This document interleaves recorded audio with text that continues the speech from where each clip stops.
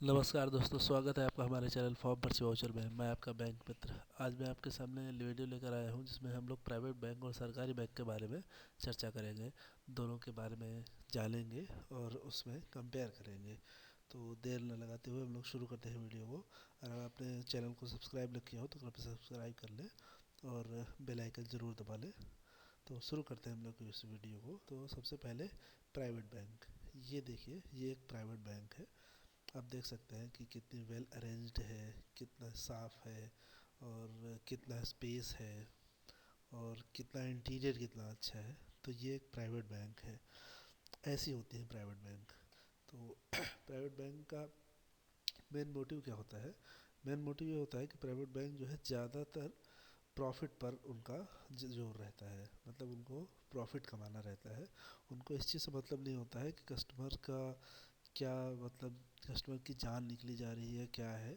उनको सिर्फ अपना जो है प्रॉफिट कमाना रहता है। वो आपके उलूल जुलूल चार्ज काट लेंगी, आपके ऊपर जो हर तरह की फीसेस जो होंगी वो सारी कस्टमर पर लगा देंगे। मतलब कि आपको से वो सारा का सारा आपको, मतलब कस्टमर को, मतलब अगर कस्टमर मजबूत नहीं है तो उसको चूस लेती है। तो प्रॉफिट ज़्यादा निकालना उनके ऊपर होता है और जो सोशल सर्विस उनका काम रहता है। दूसरा क्या, कि इसमें सरकार की कोई गारंटी नहीं होती, क्योंकि सरकार का इसमें कोई शेयर होल्डिंग नहीं रहती है।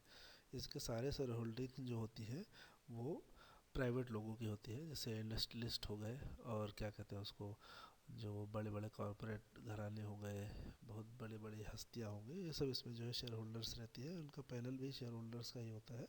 तो इसमें गवर्नमेंट का कोई इंटरफेयर नहीं होता है और मतलब कि कोई इंटरफेयर नहीं कर सकती है गवर्नमेंट।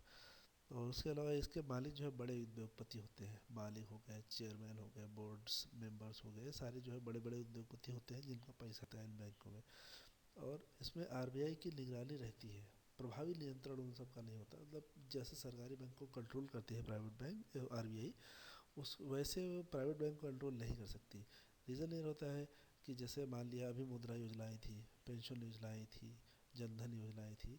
तो प्राइवेट बैंकों ने कोई खाते नहीं खोले थे, मतलब खोले भी थे तो बहुत कम खोले थे। तो ये रहता है कि ये सारे काम प्राइवेट बैंक नहीं करती हैं, क्योंकि इससे उनकी लागत बढ़ती है, प्रॉफिट कम होता है। लेकिन उनका मेन मकसद है प्रॉफिट कमाना, तो इसलिए वो लोग इन सब चीज़ों में बहुत ज़्यादा इंटरेस्ट लेते नहीं हैं। क्योंकि आरबीआई जो डायरेक्शन देती है वो सब प्रॉफिट को कम करने वाले डायरेक्शन होते हैं। हाँ, पालन करते हैं लोग, लेकिन उतना कड़ाई से पालन या बहुत ही ज़्यादा डाई हार्ड पालन ये लोग नहीं कर पाते। कुछ ना कुछ लूप होल सिस्टम में होते हैं, उनका ये लोग फ़ायदा उठाते हैं। उसके अलावा इन सब की सर्विस प्राइवेट बैंक की बहुत अच्छी रहती है। आप काउंटर पे जाओगे, एक अच्छी सी लड़की आपको मिलेगी, सूट सूट पहने हुए, आपको मुस्कुराते हुए आपसे बातें करेगी, आपका सारा काम करेगी। और आपको बहुत ज़्यादा इंतज़ार नहीं करना पड़ेगा। इंतज़ार भी करना पड़ेगा तो एसी हॉल है और ठंडा पानी है और हो सकता है चाय भी आ जाए। तो इस टाइप की सर्विसेज रहती है, लेकिन सर्विस चार्जेस इनके इतने ज़्यादा होते हैं कि आम आदमी इसको झेल नहीं सकता। अब आप ये समझ लीजिए कि एक प्राइवेट बैंक का वो जो है मंथली मिनिमम बैलेंस चार्ज जो है वो 300-400 रुपये भी हो सकता है एक महीने का। तो ये समझ लीजिए कि अगर कोई आदमी 2-3 महीने तक मिनिमम बैलेंस नहीं मेंटेन कर पाया तो उसके 1200-1300 रुपये ऐसे ही कट जाएंगे। जबकि सरकारी बैंक में ये चार्जेस है जो है वो 100 के अंदर होता है। किसी किसी का 25 है, किसी का 36 है, किसी का 75 है, किसी का 50, ऐसे करके है। 100 से ऊपर बहुत कम ही का है मेरी जानकारी में। जहाँ तक मैं इस चीज़ के लिए मना नहीं करता, हो सकता है किसी का हो, लेकिन बहुत कम ही है ऐसा। उसके अलावा प्राइवेट बैंक में क्या होता है कि ये जो है गरीब किसान मजदूर दबे कुचले लोग, विधवा पेंशन, विकलांग पेंशन, इनके कस्टमर नहीं होते ये लोग। कि मतलब इनके कस्टमर कौन से होते हैं? सैलरीड क्लास होते हैं, बिजनेसमैन होते हैं, ज़्यादा कमाई करने वाले लोग होते हैं। उन सबको, वो सब इनके कस्टमर होते हैं जिन्हें मतलब सर्विस चार्ज देने में कोई दिक्कत नहीं है, लेकिन उन्हें सर्विस अच्छी चाहिए कि जैसे ही जाए उनका काम हो जाए, उनको थम्स मोटे मोटे सोफ़ों पर बैठने को मिले। लेकिन ये जो गरीब होते हैं, बेचारे किसान होते हैं छोटे छोटे, जो 10-15-20 हज़ार रुपये कमा पाते हैं मुश्किल से 3-4 महीने में, उन सब को लोग जो है इनके कस्टमर नहीं होते हैं।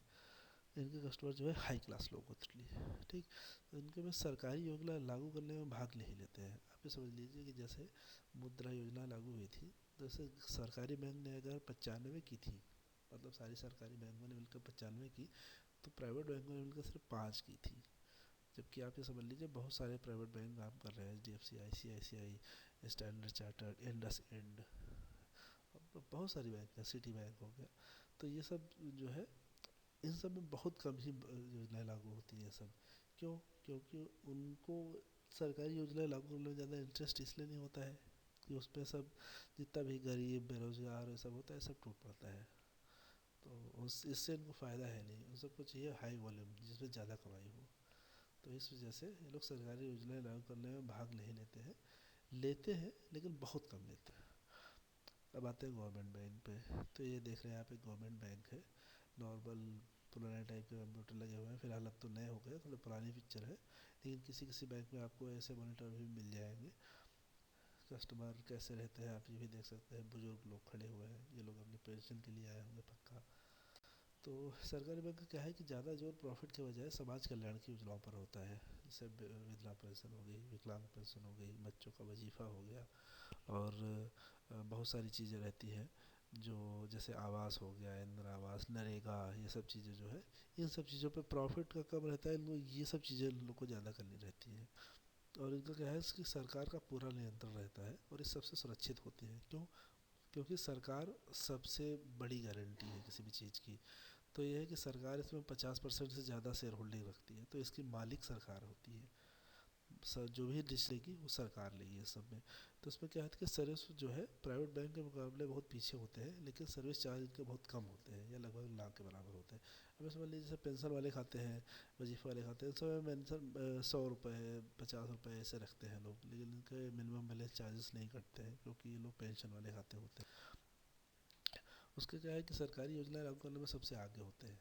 कोई भी योजना होती है सरकारी बैंक सबसे पहले उन सब ऑर्डर, और ऊपर से ऑर्डर भी आते हैं कि ये लॉगिन करना ही करना है लागू। और उसके अलावा ये लोग देते भी हैं। और सरकारी बैंक में एक बहुत बड़ी बुराई है कि इनमें बाबूगिरी हावी रहती है, आदमी अपने आप को सरकारी नौकर समझता है। ये चीज़ बहुत बड़ी दिक्कत देती है सरकारी बैंक। तो उसके अलावा इनके कस्टमर ज़्यादातर वही गरीब मजदूर, विधवा पेंशन, विकलांग पेंशन, ये सब लेने वाले लोग हो गए, नरेगा लेने वाले लोग हो गए, इस टाइप के लोग इनके कस्टमर ज़्यादा होते हैं। और इन्हीं की वजह से इनमें